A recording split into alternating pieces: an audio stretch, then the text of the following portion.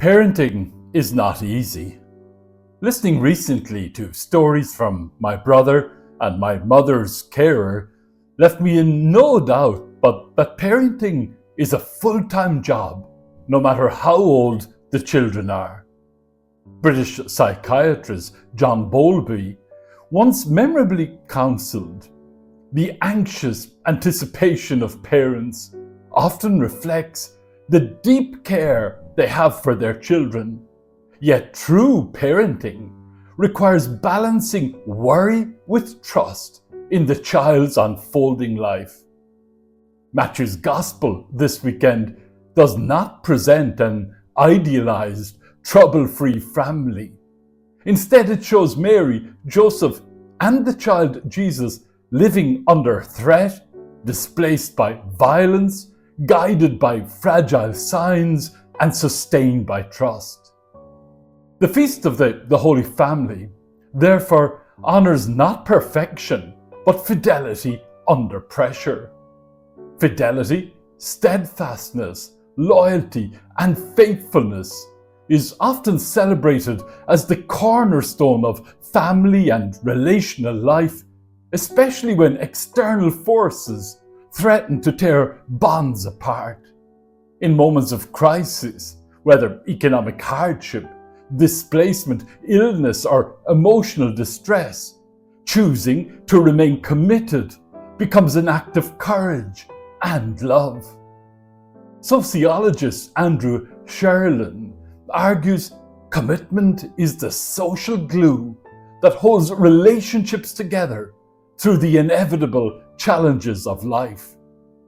Irish family therapist Richard Hogan reasons that during trauma or disruption, that what families most need is connectedness, the emotional safety that comes from knowing others will stay, even when everything else is uncertain.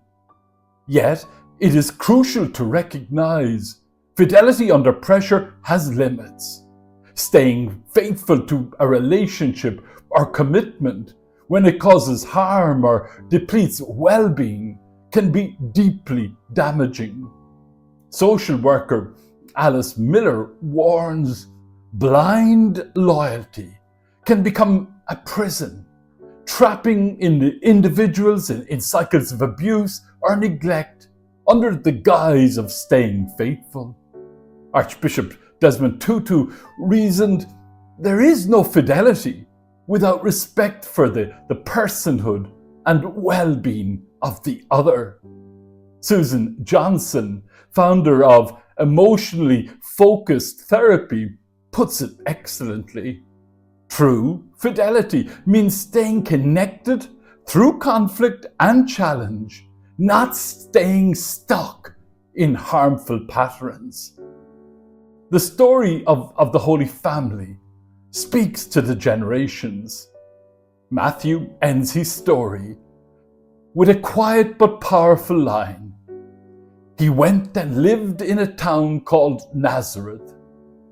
Nazareth represents obscurity, routine, and patience. In 2025, Nazareth is the daily work of parenting, caregiving, holding relationships together, and choosing kindness in a distracted world. For modern families, Nazareth speaks to the dignity of ordinary routine, the holiness of consistency over visibility, the slow formation of character through presence. In an age that prizes speed, performance, and public validation, Nazareth reminds families that love grows in unremarkable faithfulness. The Magi represent guidance, wisdom, and accompaniment. In 2025, the Magi may be therapists, teachers, and pastoral caregivers, extended family members who offer stability, community supports, mentors and friends, faith traditions and rituals that orient families towards hope.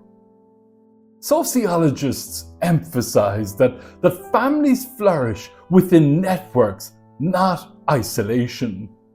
The Magi reminds us that families need outside wisdom and support, and that seeking help is not failure but faith. Herod symbolizes forces that fear vulnerability and threaten life. Today's Herods include economic systems that exhaust families, addictive technologies that fragment attention, ideologies that reduce persons to productivity, violence, abuse, and policies that separate families. Anthropologists observe that when societies fail to protect children and caregivers, family systems absorb unsustainable pressure. Naming modern Herods helps families resist shame and recognize that many struggles are systemic, not personal failures. Today, families are encouraged to choose commitment while seeking help, prioritize safety and emotional health alongside loyalty, honor the sacredness of presence. The Holy Family itself exemplifies this balance.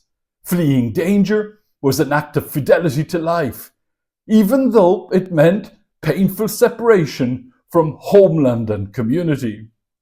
Joseph, Mary, and Jesus show us that fidelity includes courage to act rightly in hardship, not only passive endurance. Anthropologists note that forced migration places extraordinary strain on family systems, disrupting roles, increasing anxiety, and threatening attachment bonds. Yet research also shows that families who maintain shared meaning, ritual, and emotional connection demonstrate remarkable resilience. Irish family therapist Richard Hogan emphasizes that families experiencing trauma need safety, attunement, and hope. Joseph's decisive action creates physical safety. Mary's presence sustains emotional attunement. Their trust in God preserves hope beyond immediate fear. Hogan often stresses that healing occurs not by eliminating pain, but by staying connected within it, a truth embodied by the Holy Family on the road to Egypt. Fidelity under pressure is a testament to human and spiritual strength, but it must be accompanied by wisdom, care, and sometimes the humility to ask for help or make hard decisions. This balance nurtures not just survival, but flourishing. The Holy Family is holy not because life was easy, but because love endured while everything else was unstable. Amen.